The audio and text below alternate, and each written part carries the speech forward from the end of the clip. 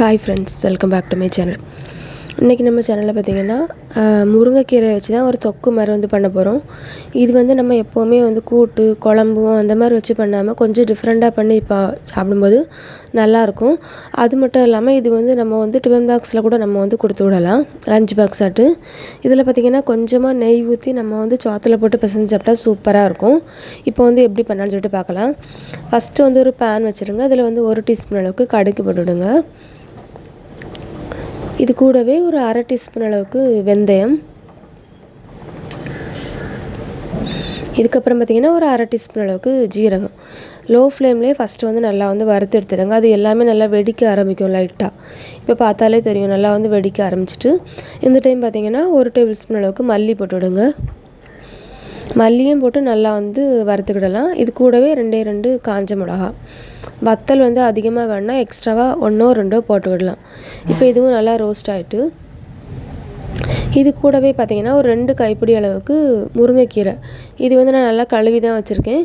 இப்போ இதை போட்டுட்டு பார்த்திங்கன்னா ஒரு 2 நிமிஷம் நல்லா வதக்கி விடலாம். அந்த இலை எல்லாமே நல்லா சுருங்கி எல்லாமே ஒரு கலர் சேஞ்ச் ஆகி வந்திருக்கும். இப்போ நல்லா வறுபட்டுட்டு, இப்போ இதை எடுத்து நம்ம ஒரு பிளேட்டில் எடுத்து வச்சு ஆற வச்சிடலாம்.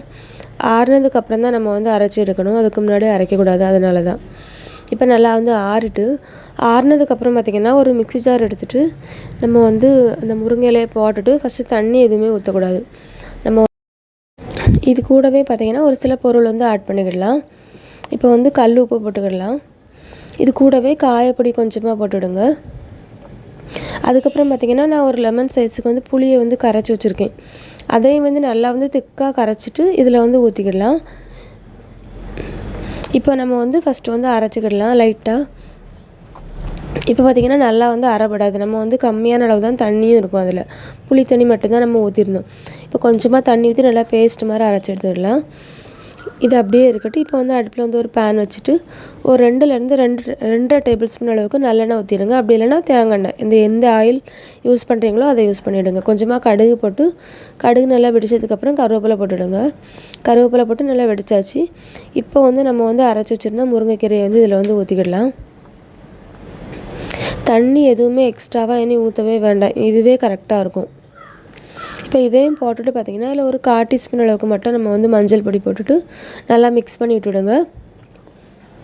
இப்போ நல்லா மிக்ஸ் பண்ணிவிட்டு எல்லாம் ஒன்றா சேர்ந்து மிக்ஸ் ஆகி வரணும். இதுக்கப்புறம் பார்த்திங்கன்னா மூடி வச்சுட்டு பார்த்திங்கன்னா ஒரு மீடியம் ஃப்ளேம்லேயே வச்சு ஒரு 10 நிமிஷம் நல்லா கொதிக்க வச்சு எடுத்துடுங்க. அப்போ தான் அது நல்லா கலர் எல்லாம் சேஞ்ச் ஆகி அந்த எண்ணெய் எல்லாமே மேலே வர ஆரம்பிக்கும்.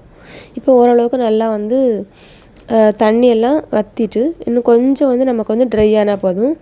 இப்போ பார்த்திங்கன்னா எல்லாமே ஒன்றா சேர்ந்து இப்போ ஆஃப் பண்ணி எடுத்துடலாம். முருங்கைக்கீரையில் பார்த்திங்கன்னா நிறைய சத்து இருக்குது. கீரையிலே பார்த்திங்கன்னா அதிகமான அளவு சத்து இருக்கிறதே முருங்கைக்கீரையில் தான். கண்டிப்பாக நீங்கள் இந்த மாதிரி ட்ரை பண்ணி சாப்பிட்டு பாருங்கள், சூப்பராக இருக்கும். இதில் பார்த்திங்கன்னா நார்மலாக கொஞ்சம் சாப்பாடு எடுத்துகிட்டு கொஞ்சமாக நெய் ஊற்றிட்டு இதில் கொஞ்சோண்டு தொக்கு எடுத்து போட்டுட்டு மிக்ஸ் பண்ணி சாப்பிட்டா சூப்பராக இருக்கும். நீங்களும் கண்டிப்பாக இந்த மாதிரி ட்ரை பண்ணி பாருங்கள். இந்த வீடியோ உங்களுக்கு பிடிச்சிருந்துச்சுன்னா லைக் பண்ணுங்கள், ஷேர் பண்ணுங்கள், கமெண்ட் பண்ணுங்கள், சப்ஸ்கிரைப் பண்ணுங்கள். தேங்க்ஸ் ஃபார் வாட்சிங்.